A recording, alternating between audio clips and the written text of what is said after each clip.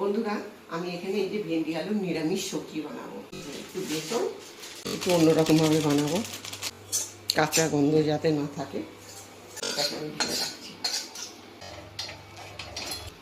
বন্ধুরা, আমি এবার ঢেঁড়সের সবজিটা বানাবো। এই যে আলু আর ঢেঁড়স আমার কেটে ধুয়ে পরিষ্কার করা। আমি একটু বেশি করে তেল দেবো আর ঢেঁড়সটা ভাজতে। গরম হয়ে গেছে, আমি ঢেঁড়সটা তুলে দিচ্ছি। ঢেঁড়সটা একটু ভেজে নেব, অল্প করে একটু হলুদ দেবো।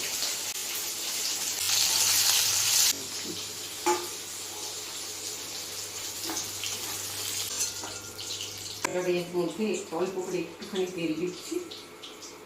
তেলটা গরম হয়ে গেছে, এবার একটু গোটা জিরে দিলাম, সর্ষে দিলাম, রেখেছিলাম সেইটা দিলাম। এবার যদি মশলাটা সুন্দর গন্ধ ছেড়েছি, এবার আলুগুলো দিয়ে দেবো।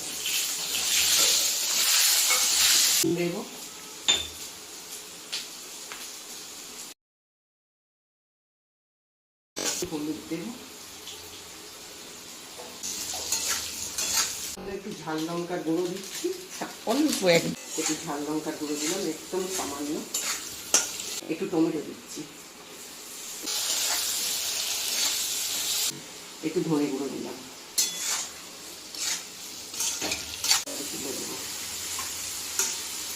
তরকারিটা কিন্তু একটু তেল যায়।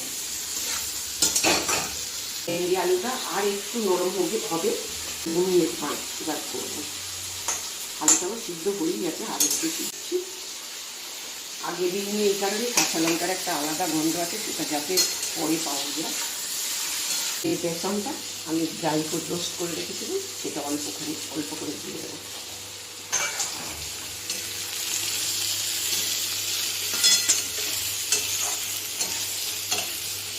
লেবুর রস দিলাম,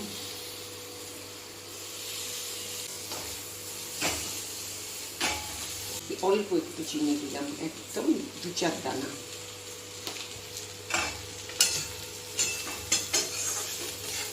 একটুখানি গরম মশলা দিলাম,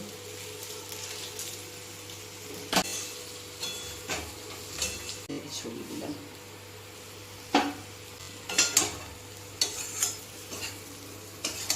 এটা আমি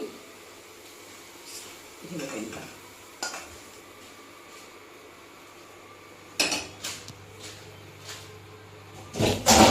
তাইলে ভেন্ডি আলুর সবজি, এটা শুকনো ভাত, মানে শুকনো ঝুড়ো ঝুড়ো ভাত, তাই দিয়ে খুব ভালো লাগবে। এবার যার যেরকম ভালো লাগে, রুটি পরোটা যা দিয়ে ইচ্ছা, খুব টেস্ট হয়, খেতে খুব টেস্ট হয়।